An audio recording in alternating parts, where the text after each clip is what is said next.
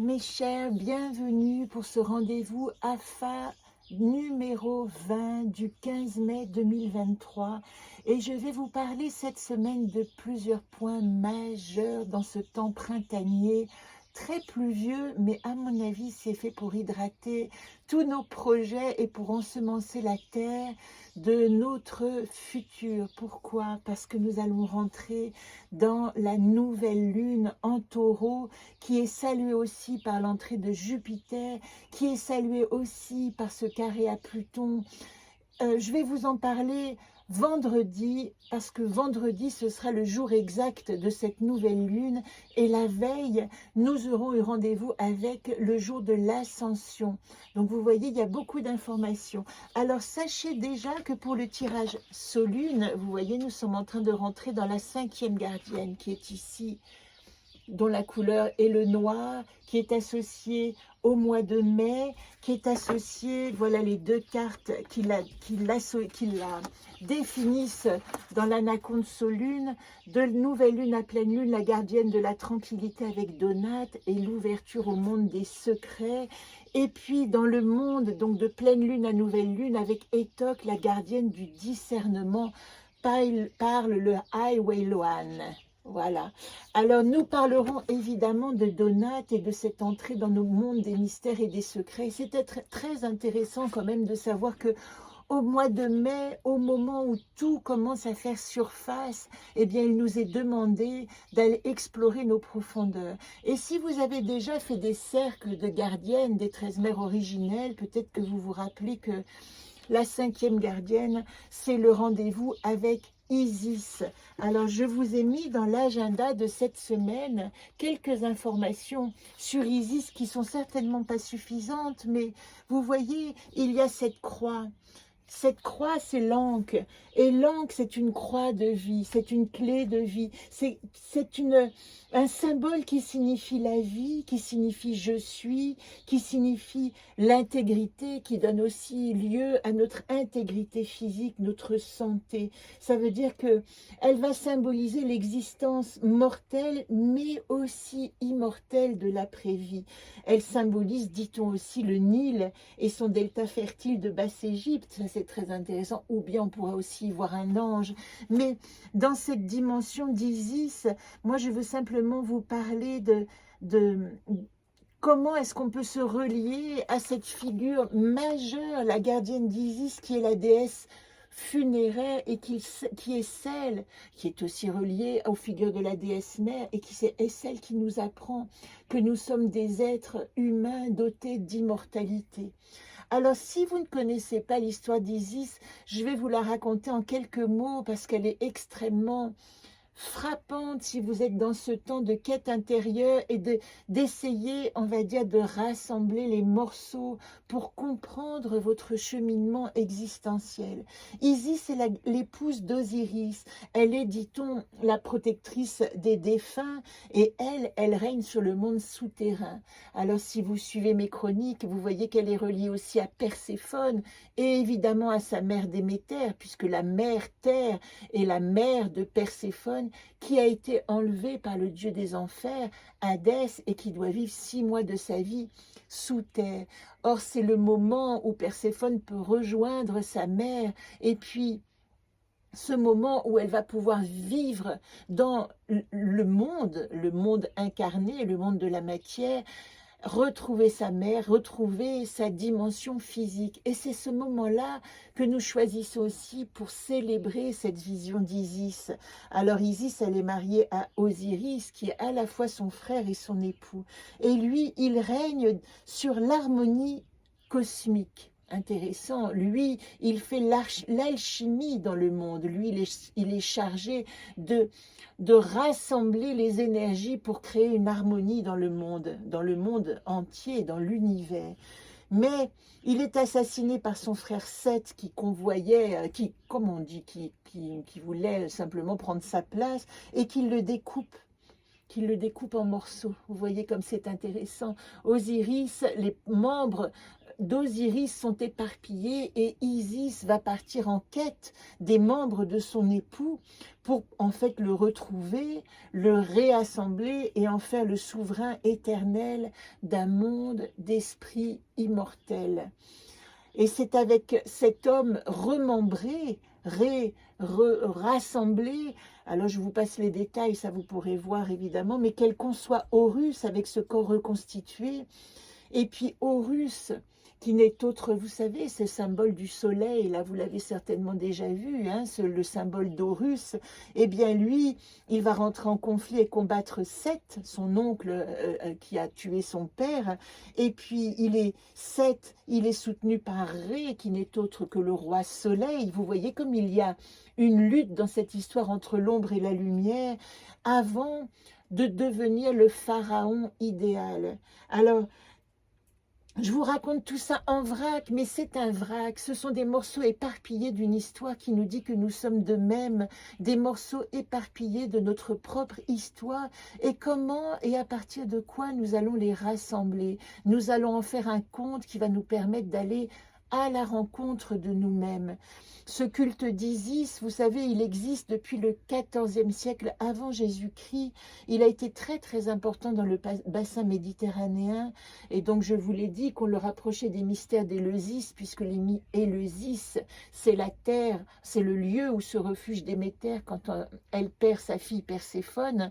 Et c'est là qu'elle est convaincue par Mercure de revenir parce qu'elle veut abandonner la terre, parce qu'elle est malheureuse, elle a perdu sa fille. Et Mercure lui dit non, je vais intercéder auprès d'Hadès, et puis on va faire en sorte que tu puisses voir encore un peu ta fille. À nouveau, comment est-ce qu'on va créer des conciliations pour arriver à supporter l'ombre et la lumière, pour arriver à faire rencontrer un endroit où notre cœur peut être apaisé, parce que nous allons retrouver nos membres disparus. Ce ne sont pas seulement les membres d'Osiris, mais c'est les membres qui nous manquent, c'est les parties de nous-mêmes qui nous manquent. Voilà tout le symbole pour moi du culte d'Isis. Et puis peu à peu, cette Isis, elle a représenté toutes les incarnations du féminin. Elle a représenté la déesse mère, elle a représenté la grande sorcière Wicca, la déesse originelle, maternelle et lunaire. Et puis, on a dit aussi que c'est d'elle qu'est né le culte de Marie, parce que Marie, c'est la mère de Jésus, c'est celle qui va donner son pouvoir divin à un homme.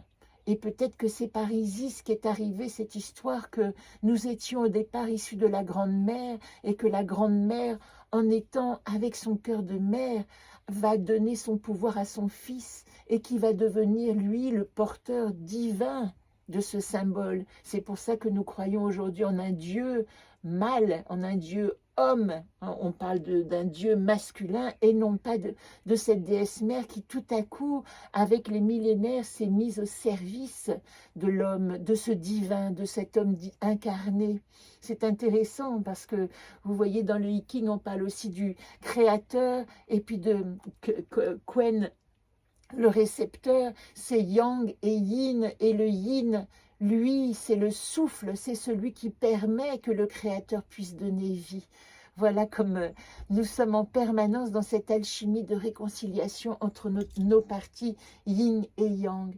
Voilà, je voulais vous parler d'Isis. J'espère que ça vous aura éclairé. Moi, j'avais vraiment besoin d'aller rencontrer, d'aller tout au fond de cette intériorité qui nous demande là de nous dire dans quel terreau poses-tu les germes de ta nouvelle vie. Et puis, cette semaine, je vais vous faire un tirage particulier. J'adore cet oracle. Ce n'est pas le mien, c'est l'oracle d'Isis d'Alana Fairchild. Et dans cet oracle d'Isis, nous avons des figures absolument magnifiques. Vous voyez, celle que je vous montre, c'est incroyable, c'est Ankh. C'est justement la clé de vie, celle dont je vous parlais à l'instant. Et puis, puisque je vous laisse la regarder ici, Ankh, la clé de vie. Alors, je suis en train de chercher, c'est le nœud, la clé de vie, la fleur de vie, voilà. Et je vais simplement vous lire un extrait, 84. Voilà, installez-vous, vous avez le temps.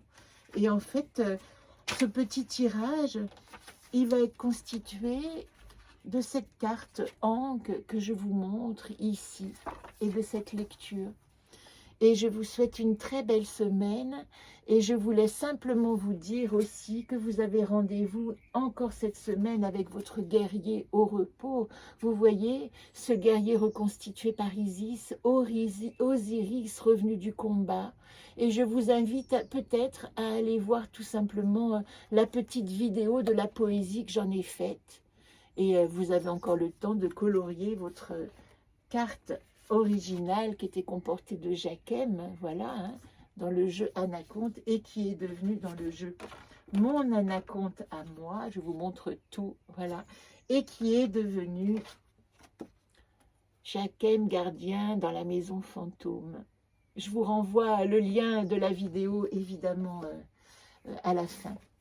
Ankh. La clé de vie et le mystérieux Ankh. Croix en C qu'Isis tient à la main. Je vais juste approcher la caméra pour que vous puissiez voir cette carte pendant que je vous lis. Ce mystère est en train de s'ouvrir à vous. L'Ankh est un présage de nouvelle vie. Que ce soit au sens créatif ou physique du terme, cette nouvelle vie, quelle que soit la forme qu'elle prendra, enrichira votre existence et vous aidera à vous épanouir. Laissez donc les choses se faire. Le tirage de l'Ankh vous confirme qu'une nouvelle vie cherche à se manifester à travers vous et il vous encourage à manifester sa venue. Donnez-lui une chance de se concrétiser, cher initié. Ne la privez ni de soins, ni d'attention. Ne pensez surtout pas qu'elle pourrait ne pas être à la hauteur ou se montrer trop difficile à gérer. D'après l'Ankh, tout se passera bien. Ne renoncez pas à votre destin créatif. Tenez bon, vous marchez dans la bonne direction et les mondes spirituels vous offrent tout soutien. Il existe un processus créatif partagé par tous les humains, la matérialisation de la lumière de l'âme. Peu importe les formes de vie en train de se créer chez vous, le mystère de l'Ankh vous donne la certitude de progresser spirituellement, de sorte que la lumière de votre âme prenne une plus grande place dans votre existence. Cela signifie que quelle que soit votre situation actuelle, que vous vous sentiez plein de créativité, d'énergie et de bonheur, ou que au contraire vous ayez la terrible impression que ce bon vieux monde tombe en morceaux et vous avec, votre âme divine est là. Une nouvelle vie est en train d'émerger. Ayez confiance et laissez faire. Et je vous donne simplement le rituel de l'Ankh qui pourra vous aider cette semaine si vous êtes touché par cette carte et par ce symbole qui est le symbole aussi dans votre agenda de cette semaine. Munissez-vous d'une feuille de papier, de feutre, de crayon de couleur. Choisissez les couleurs qui vous plaisent et dessinez une Ankh sur le modèle de celui de la figure.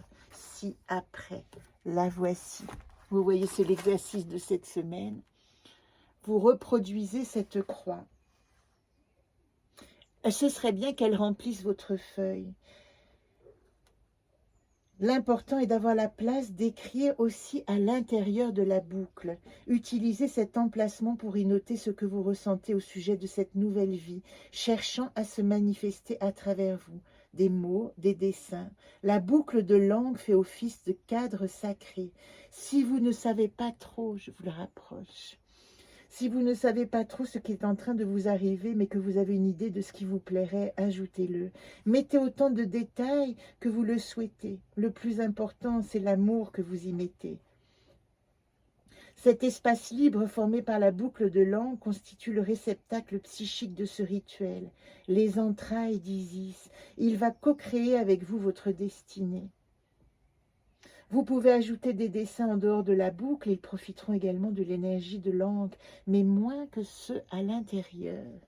Lorsque vous avez terminé, placez ce dessin dans votre journal intime, dans un lieu sacré, où vous pourrez le contempler après avoir médité et prié, en utilisant éventuellement l'incantation qui suit. Vous êtes prêts? Et voilà la dernière partie de cette semaine, incantation de l'Ankh. Croix de vie, croix de lumière, garde-moi des épreuves de la vie. Depuis les entrailles d'Isis, nouvelle mélodie de mon âme, bien abritée dans sa boucle fermée, jusqu'à l'arrivée d'une nouvelle vie. Car l'on dit aussi, et je ne vous en ai pas parlé, que cette croix représente également un utérus et le pénis d'Osiris, car je ne vous ai pas raconté dans cette histoire que Isis retrouve tous les membres, sauf le pénis d'Osiris, et elle doit incarner Horus à travers une fécondation sacrée et magique au-delà de la chair et du corps. Voilà l'image. Je vous souhaite une très belle semaine. N'hésitez pas à m'écrire. Et puis, je vous embrasse. Je vous donne de toute manière rendez-vous, non pas vendredi, mais jeudi certainement, car nous aurons ensemble à clore notre chemin de l'ascension. Vous savez, ce petit poussin-là qui est en train d'arriver à l'ascension. Et jeudi, je vous parlerai de l'ascension avant de vous faire le tirage de la nouvelle lune. Je vous embrasse.